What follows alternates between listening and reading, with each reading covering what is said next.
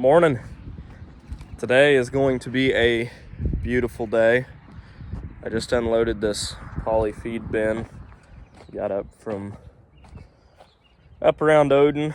I kind of like the poly. I like the idea of the poly ones a little better than the metal ones. The metal ones we used to have always seemed to have more license plates on the bottom with self-tapping screws shot into them than they did actually good sheet metal. So I figure with a poly one, hopefully it'll last a little longer. I don't know, we'll see.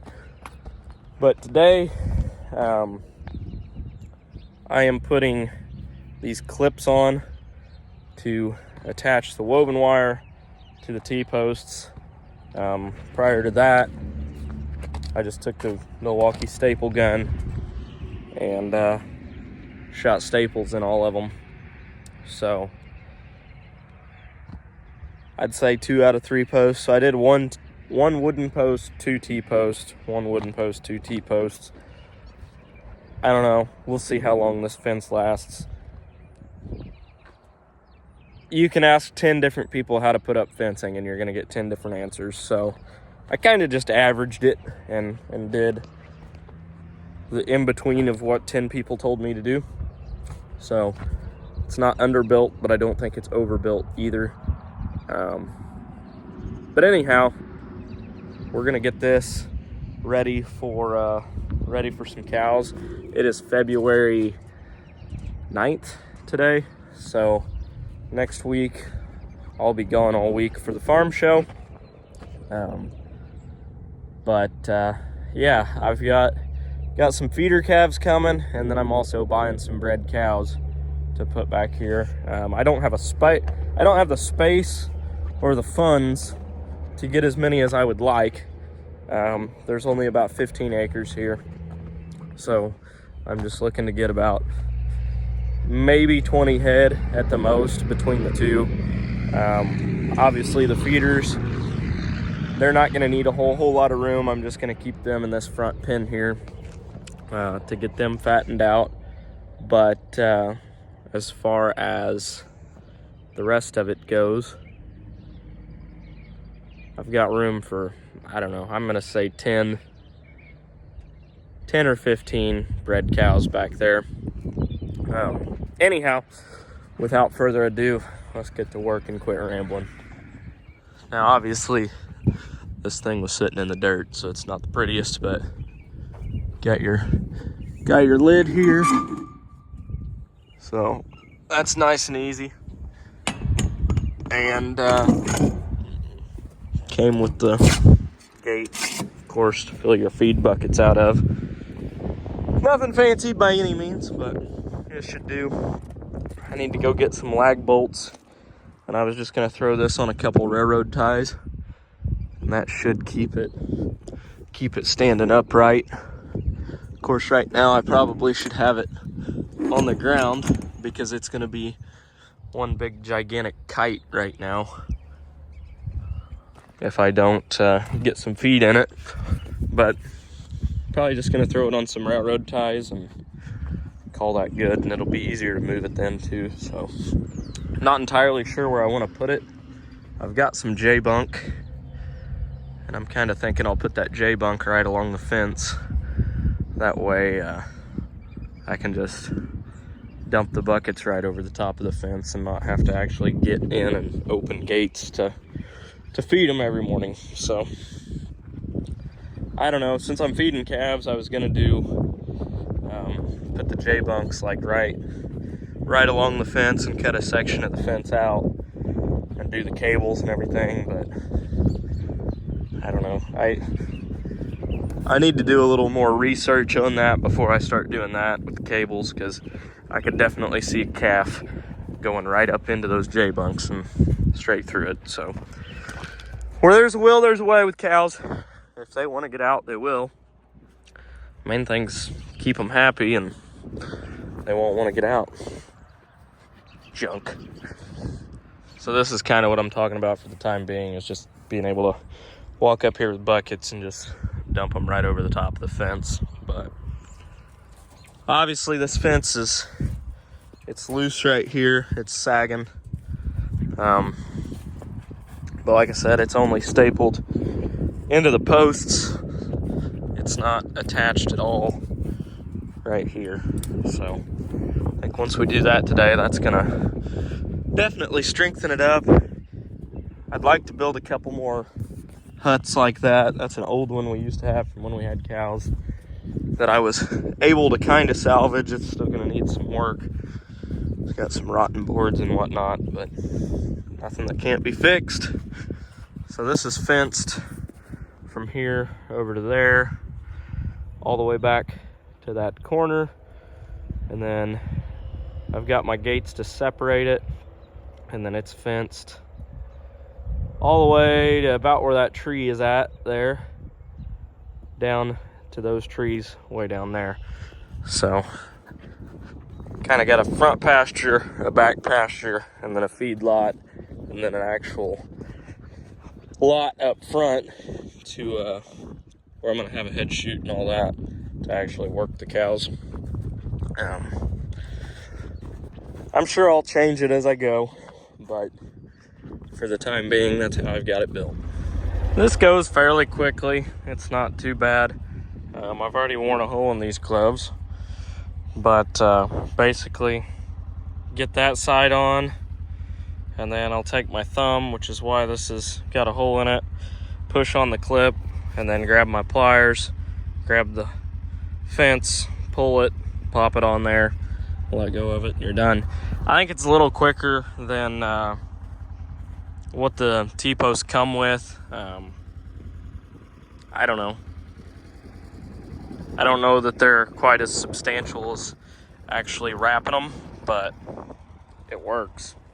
Good afternoon. It is a Sunday, beautiful Sunday afternoon, and I've got friends who are assholes with a sense of humor. It's not for sale. Who knows who put it there. Anyhow, Sunday afternoon, it is Super Bowl Sunday, so go sports ball. I don't know how many touchdowns Taylor Swift's gonna... I actually heard today that they actually canceled the Super Bowl. It's a Taylor Swift rally, and there's two teams that are competing for Taylor Swift's honor or something like that. I don't know. I don't really pay much attention to sports. Don't really care. But this excavator is what I do care about, because I ripped the thumb off of it. Yes, I did. I'll own up to it. You can see right there. Oh, no. Here, we're gonna retry this. Right there. So you see what's gone wrong here is that is supposed to look like that, but it looks like that because the weld did that. That's not good. So I've been running it with no thumb on it. Nice to see my bucket pins coming out too. But I've been running it with no thumb on it. I thought about heating that up with a torch and welding it myself, but honestly, probably better off running it down the road to RT's welding shop, because, well, he's got a whole lot more experience than me. But in the name of being extremely impatient, I don't feel like tracking it.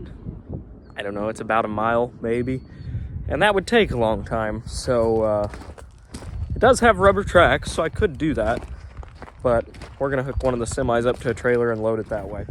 Also, I've ran out of gravel, but I'm gonna get more. But I got this poly feed bin. It's muddy, but it needs power washed off. So does this shed. This shed's getting all kinds of mildew growing on the side. This is the north wall. But I would like to, we'll get to this. I would like to build a lean-to about 20 foot off of this, coming out to about where I'm standing, to park both semis and hopper bottoms underneath this. And then I'm gonna put, there's a driveway already right behind that roll of tile.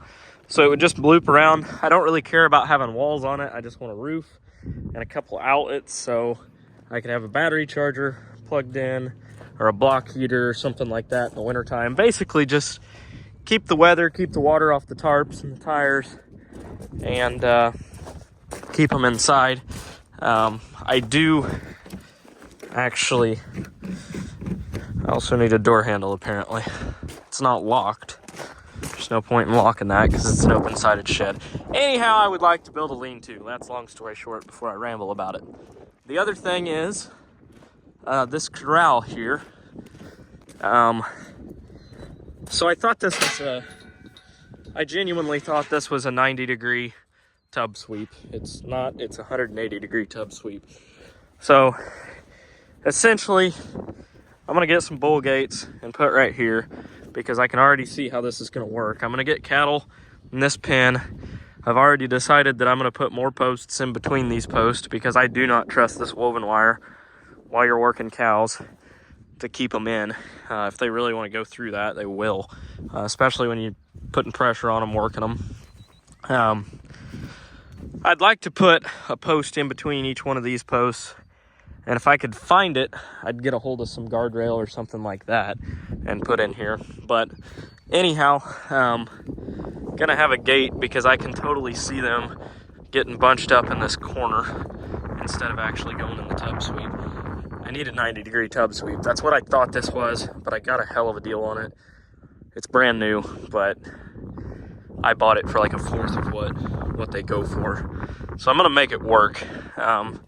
My wife and I set this up with only minor yelling at each other, but it worked out. This alleyway, probably gonna take this section out and just put a head gate or put a head chute here. I may just do a head gate right here instead of an entire chute just because they're expensive. But it's gonna be nice.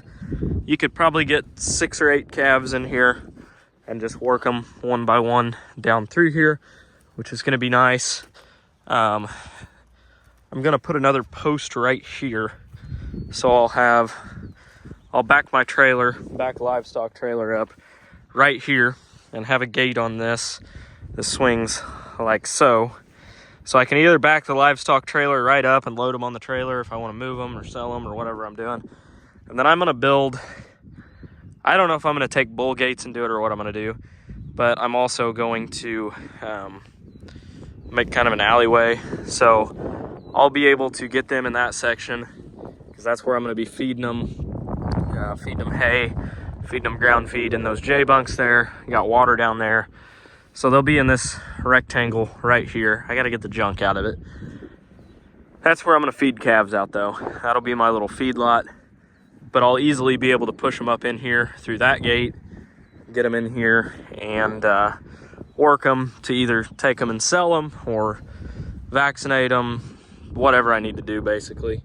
Then I can also close that gate. That's open to the first pasture and the second pasture back there. So my cow-calf operation that, you can see all the cows I have right now, but I'll be able to open that and do the same to work them in here. So that's kind of my plan. It's starting to come together. Like I said, I thought that was a 90-degree sweep. That way I could just push them into that corner and get them in there. It's not. Oh well, we'll make it work. But that's what I got going there. So I've got 2 semis that aren't hooked to something right now. So hopefully one of the 2 does not have a dead battery. I don't really care which one I hook to the trailer. Whichever one starts, really. I am glad to see that this girl is still here. It is sold. They just haven't come and picked it up yet. Actually sold the planter as well to the same people. So that's kind of cool that it's staying in the same place. But yeah, they bought the tractor, and the guy was asking me about the auto steer system, the ag leader in it. And I said, well, I really don't want to sell the monitor. I'll sell the rest of it, but you'll have to buy a monitor because the monitor is probably going to go with the planter. And he goes, well, what planter do you have? And I told him, and he said, well, I might be interested in that too. So we walked back here and took a look at it, and I made him a deal on both of them. So they're both sold. The 9230 Steiger is still for sale. Man, this semi got filthy. I don't know if I got hung up or what, but Also, the other day I blew a tire. I don't remember if it was this truck or that truck. They're identical, so it's hard to remember. I think it was this one. Yeah, it was this one. But I blew a drive tire right there. And no, it was definitely this one. It was definitely this one. It has that tire right there. But I blew this inside drive tire, and that cost me $1,200 to get a $450 tire put on. That was kind of highway robbery, I thought. It wasn't a local tire shop. If I would have known it was going to cost that much, I would have called a local tire shop and paid them for the road time to make it there. But good God, I thought that was just absolutely ridiculous. Matter of fact, right there it is. I didn't record it, but it fired right up, actually. Check engine light's on, but that's because it's deleted. My combine is still filthy from fall because I'm really good at procrastinating. So if somebody's bored and wants to make a few $100, or it's negotiable. If you do a really good job on it, I'd pay you really good to clean it up. There's reverse. Oh shit. Got him. If I'm being completely honest, the trailer brakes don't really work on this trailer. It was a cheap trailer. I don't use it much. It doesn't go more than a couple miles, but that's why I park it right next to this tree. It's so when I back up to it to hook onto it, it doesn't roll. It just goes up against the tree, and farm logic, you know. Yeah, and there's gonna be somebody that, oh, I'm sure DOT would love that. Well, you know what? 99% of the time, it's sitting in my driveway. And the other 1% of the time, it might go down the highway a quarter mile, and then it's on a county road. So that's all I got to say about that. Now I'm gonna record this for you guys if it goes horribly wrong, but at least I'm parked between two buildings. That way, you know, instead of just the excavator and me, we'll totally jack up a building too. But if you look closely, you'll see I only have one ramp. It's because I bent the crap out of the other one, and I got a buddy that's rebuilding it right now. But I'm gonna try and load this excavator with no ramps. So stay tuned.